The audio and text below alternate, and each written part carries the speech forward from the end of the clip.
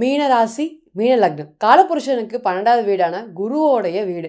காலபுருஷனுக்கு 12ல பிறந்திருக்கிறனாலே எங்களுக்கு பணத்தை மிச்சம் பண்ண முடியலைங்க மேடம் அப்படின்னு சொல்கிற மாதிரி எல்லா இடத்துலையும் செலவு செலவு செலவு செலவு தவிர எதுவுமே இல்லை அப்படின்னு. இந்த செலவெல்லாம் ஒரு காலத்தில் நமக்கு பார்த்திங்கன்னா வரவாக வந்துட்டு இருந்தது. இன்றைக்கி எல்லாமே செலவு பண்ண வேண்டிய சூழ்நிலைகள் இருக்குது. யார் கெட்டவன் யார் நல்லவன் தெரியாமல் செலவு பண்ணிட்டேன். அதுதான் இன்றைக்கி பெரிய பிரச்சனையாக எனக்கு மாட்டிகிட்ருக்கு. கிட்டத்தட்ட இந்த ஜென்ம சனி காலமும் அஷ்டம சனி காலமும் ஒரே மாதிரியே இருக்குங்க. எல்லார்ட்டையும் நம்ம தூக்கி வீசப்படும். இன்றைக்கி மீனராசிக்கு அதுதான் நடந்துட்டுருக்கு. என்ன கேட்டாலுமே பார்த்திங்கன்னா நோ அப்படிங்கிற பதில் தான் சனீஸ்வர பகவான் கொடுத்துட்ருக்காரு. சந்திரன் மேலே சனீஸ்வர பகவான் வரும்போது அப்பப்போ சொல்ல முடியாத அளவுக்கு மனப்பிரச்சனைகள், உடம்பு சம்மந்தப்பட்ட பிரச்சனைகள் ஏராளம்.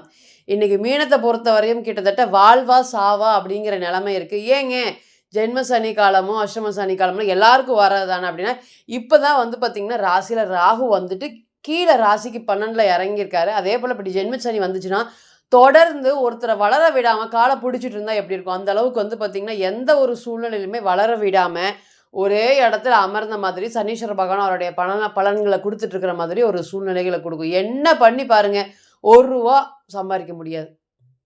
எல்லா விஷயத்துலேயும் பார்த்திங்கன்னா முன்னிருந்து எல்லா விஷயத்தையும் பண்ணி கொடுத்த நீங்கள் இன்றைக்கி எல்லாராலையும் ஒதுக்கப்படுவீங்க, புறக்கணிக்கப்படுவீங்க. ஏதாவது ஒரு பெயர், கெட்ட பெயர் அப்படிங்கிறது உங்களுக்கு கொண்டு அப்படியே பலமாக கொண்டு தள்ளிடும். அது என்ன நடந்தது, ஏன் நடந்தது, எதுக்கு நடந்ததுன்னு தெரியாமையே இந்த மாதிரி பிரச்சனைகள்லாம் கொண்டு விடும். ரெண்டாவது என்ன அப்படின்னு கேட்டிங்கன்னா கடன் சுமைகள் ரொம்பவே அதிகமாக இருக்குது மீனத்தை பொறுத்தவரை. ஒரு கடனை வாங்கி இன்னொரு கடனை அடைக்கிறது, ஒரு கடனை வாங்கி இன்னொரு கடனை அடைக்கிறதுக்கு, அதே போல் சம்பாத்தியத்துக்கு மேலே இந்த இஎம்ஐ பிரச்சனைகள் தலை விரித்து ஆடக்கூடிய ராசி. இன்றைக்கி பொறுத்தவரையும் பார்த்திங்கன்னா கேது 6ஆம் இடத்துல, ராசியில் சனீஸ்வர பகவான், ராசிக்கு 12ல் ராகு. நிம்மதியாக தூங்கி பல நாட்களாக ஆச்சுங்க. இது ஒரு சம்மந்தப்பட்ட விஷயங்கள் இல்லை, பொருளாதார சம்மந்தப்பட்ட விஷயங்கள் மட்டும் இல்லை, திருமண வாழ்க்கை அப்படின்னு தான் கேள்விக்குறியாக இருக்குது. ஒன்றும் பிரச்சனையே இல்லை, 10 வருஷமாக ஆச்சு, 20 வருஷமாக ஆச்சு, எந்த ஒரு கவலை இல்லாமல் என்னுடைய திருமண வாழ்க்கை போயிட்டு இருந்தது. ஆனால் இன்றைக்கி திருமண வாழ்க்கை அப்படிங்கிறது கேள்விக்குறியாயிடுச்சு. கடன் மேலே கடன். அந்த கடன் பார்த்திங்கன்னா சொல்ல முடியாத அளவுக்கு கடன் வாங்கினாலேயே வீட்டில் சண்டை சச்சரவுகள் அதிகமாகி மனைவி கோச்சிட்டு போயிட்டாங்க. எந்த ஒரு சூழ்நிலையிலுமே எதிரிக்கு கூட இந்த மாதிரி ஒரு நிலைமை வரக்கூடாதுங்கன்னு இன்றைக்கி கதறிட்டு இருக்கக்கூடிய மீனராசி மற்றும் மீன லக்னம். என்ன சொல்லுங்கள், இருந்தாலுமே இந்த கடன்லேருந்து வெளியே வர முடியல அப்படின்னு இன்றைக்கி நல்ல தசா புத்தி நடந்தாலுமே ஒரு யோகமான அமைப்பில் இருந்தாலுமே என்னால் இந்த பழைய கடன்லேருந்து வெளியே வர முடியல. அப்படி உங்களை எல்லாருக்குமே தெரியும், மீனராசி மற்றும் மீன லக்னத்திற்கு செவ்வாய் யோகாதிபதி 2 மற்றும் 9ஆம் அதிபதி. அவரும் பாருங்க இன்றைக்கி ராசியில் பார்க்குறாரு. பணம் வருதுங்க, ஆனால் எங்கே போகுது, என்ன பண்ணுது, எனக்கு பணம் எனக்கு மீறி செலவுக்கு கிடைக்க மாட்டேங்குது அப்படிங்கிற ஆதங்கள் ரொம்ப அதிகமாக இருக்கக்கூடிய மீனராசி மற்றும் மீன லக்னத்துக்கு சூரியனுடைய பெயர்ச்சி எப்படி இருக்க போகுது? சூரியன் இந்த ராசியை பொறுத்தவரையும் 6ஆம் அதிபதினு சொல்லக்கூடிய கொஞ்சம் ஆகாதவர் தான். மீனராசி மற்றும் மீன லக்னத்திற்கு சூரியன் பார்த்திங்கன்னா சற்றே ஆகாதவர் தான். அவர் ஒரே ஆதிபத்தியம் வாங்கியிருக்காரு, 6ஆம் அதிபதி. அவருடைய பலன்கள் எப்படி இருக்க போகுது? ரொம்ப நாள் கழித்து தன்னுடைய வீட்டுக்கு வராரு. இந்த ஆகஸ்ட் மாதம், செப்டம்பர் மாதம் முழுவதுமே கிட்டத்தட்ட பாதி வரையுமே சூரியன் அவருடைய வீட்டில் இருக்கக்கூடிய பெயர்ச்சி பலன்கள் மீனராசி மற்றும் மீன லக்னத்துக்கு சற்றே ஒரு ஆதரவு, அனுசரணை குடிக்கக்கூடிய காலத்தில் இருக்காரா அப்படின்னு கேட்டிங்கன்னா எஸ். இந்த சூரியன் பார்த்திங்கன்னா 6ஆம் அதிபதியாக வரனால வேலையில் ரொம்ப திண்டாட்டமாக இருக்குதுங்க. வேலை சார்ந்த பிரச்சனைகள், கவலைகள் அதிகமாக ஆகிட்டு போயிட்டே இருக்குது. என்ன பண்ணுறது, எது பண்ணுறதுன்னு தெரியாது. இந்த வேலை நிலைக்குமா நிலைக்காதா அப்படிங்கிற கவலை இருக்குது.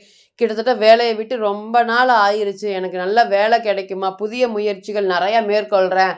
அது இன்றைக்கெல்லாம் பார்த்திங்கன்னா இந்த பழைய வேலையிலே இருந்திருக்கலாமோ, இந்த பழைய சம்மந்தப்பட்ட விஷயங்களே இருந்திருக்கலாமோ, எல்லோரும் சேர்ந்து நல்ல வேலை பார்த்துட்டு இருந்தேன், யாராவது ஒருத்தர் இன்டர்ஃபியர் ஆகி வாங்க தனியாக பிஸ்னஸ் பண்ணலான்னு கூட்டிகிட்டு போய் அதனால் பெரிய பொருளாதார இழப்புகளை அதிகபட்சமாக சந்தித்தது மீனராசி மற்றும் மீன லக்னம் தான்.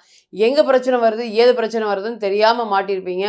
ஒரு கூண்டு போகிற மாதிரி இத்தனை நாளாக பார்த்திங்கன்னா 20 வருஷமாக 15 வருஷமாக ஒரே இடத்துல வேலை பார்த்து இன்றைக்கி திடீர்னு வெளியே வந்தனால தலையும் புரியாமல் வாழும் புரியாமல் அந்த தொழிலை எப்படி நடத்துறதுன்னு தெரியாமல் கூட இருந்தவங்களும் இன்றைக்கி விட்டுட்டு ஓடுனது தான் ரொம்பவே பார்த்திங்கன்னா பெரிய அளவுக்கு பிரச்சனைகளை மீனராசி கொடுத்துருக்கிறதுனால கொடுத்ததுக்கப்புறம் திருப்பி அந்த பழைய கம்பெனிக்கே போய்க்கலாமா, அவங்க நிறையா உதாசீனப்படுத்தி அனுப்பியிருக்காங்க, என்ன பண்ணுறதுன்னு எனக்கு தெரியல அப்படின்னு தத்தளிச்சிட்டு இருக்கக்கூடிய நபர்களுக்கு இனி வரக்கூடிய காலங்கள் இந்த சூரியனுடைய பயிற்சி ஒரு நல்ல ஒரு யோகத்தை கொடுக்கக்கூடிய காலம். இதனால் என்ன வெற்றி வேலை வாய்ப்புகள், என்னால் முடியல 5 இன்டர்வியூ 6 இன்டர்வியூ வரைய போகிறேன், கடைசி நேரத்தில் என்னால் கிராக் பண்ண முடியல அப்படின்னு சொல்லி வருத்தப்பட்ட விஷயங்கள் அனைத்துமே இனி வரக்கூடிய காலத்தில் கிடைக்க போகுது. அப்போ வேலை சம்மந்தப்பட்ட விஷயத்தில் இருக்கக்கூடிய பிரச்சனைகள் எல்லாமே இனி படிப்படியாக தீரப்போகுது. புதிய வேலை வாய்ப்புகளுக்கு இருக்கிற வேலையை விட்டுட்டு நான் புதிய வேலை தொடங்கலான் இருக்கேன், அதை சார்ந்த முயற்சி பண்ணலான் இருக்கேன், அது ஜெயிக்குமா, வெற்றி பெறுமா? எஸ், நிச்சயமாக இந்த மாதிரியான கேள்விகளுக்கு வெற்றி வாய்ப்புகள் ரொம்பவே அதிகமாக இருக்குது. அதே போல் மீனராசியை பொறுத்தவரையும் எதிரிகள் தொல்லை ரொம்பவே அதிகம்.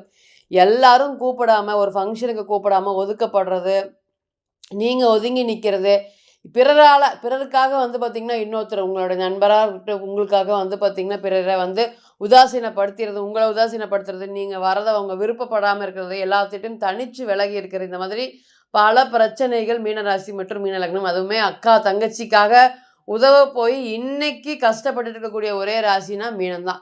எல்லாமே நான் சம்பாதிக்கிற ஜீரோ முதல் கொண்டு எல்லாமே எடுத்துக்கிறாங்க. இன்னுமே எங்கள் அக்காவோட வாழ்க்கை சரியில்லை, தங்கச்சியோட வாழ்க்கை சரியில்லை, கஷ்டப்பட்டுட்டு தான் இருக்கிறோம் அப்படின்னு அணுதினமும் நான் பார்த்திங்கன்னா வேண்டிட்டு போயிட்டே இருக்கிறேன். இன்றைக்கி அன்றாடம் செய்யக்கூடிய வேலையை என்னால் செய்ய முடியல அப்படின்னு ரொம்பவே வருத்தம் அதிகமாக இருக்குது.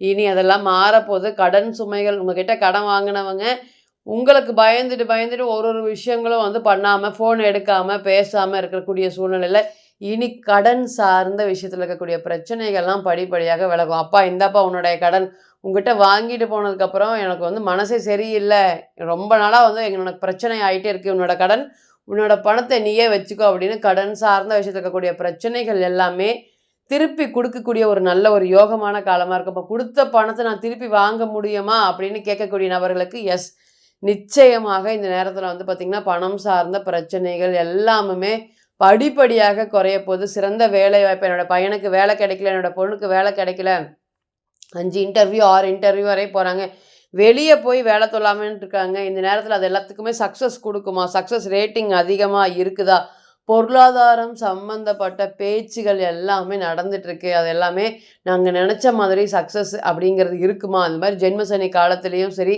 அஷ்டம சனி காலத்துலேயும் சரி, ஜென்ம கேது காலத்தில் நம்ம என்ன பிளானிங் போட்டாலும் அதுக்கு ஆப்போசிட்டாக இந்த பணம் வந்துடும், இதுக்கு ஒதுக்கி வைப்போம் அப்படின்னு நினைப்போம். ஆனால் அந்த மாதிரி பணம் வருமா அப்படின்னு கேட்டிங்கன்னா கடைசி நேரத்தில் ஏதாவது ஒரு பிரச்சனைகள் காரணம் காட்டி பணம் சார்ந்த பிரச்சனைகள் வரும். இனி அதெல்லாமே வரதில்லாமல் படிப்படியாக அந்த ப்ராப்ளம் எல்லாமே சால்வ் ஆகும். புதிய வேலை வாய்ப்புகள், புதிய பிஸ்னஸ் தொடங்கிறதுக்குமே இந்த ஜென்மசனி காலங்கள் ஒரு பெரிய ஒரு யோகத்தை கொடுக்கும். எப்போவுமே ஜென்மசனி காலத்தில் நமக்கு வேலை சார்ந்த எண்ணங்கள் ரொம்பவே அதிகரிக்கும். கிட்டத்தட்ட ஊரை விட்டு ஓடி போய் தொழில் பண்ணலாமா அப்படின்னு கேட்கக்கூடிய நபர்கள் எஸ், நிச்சயமாக தொழில் சார்ந்த விஷயத்தில் இருக்கக்கூடிய பிரச்சனைகள், பாதிப்புகள் எல்லாம் விலகும்.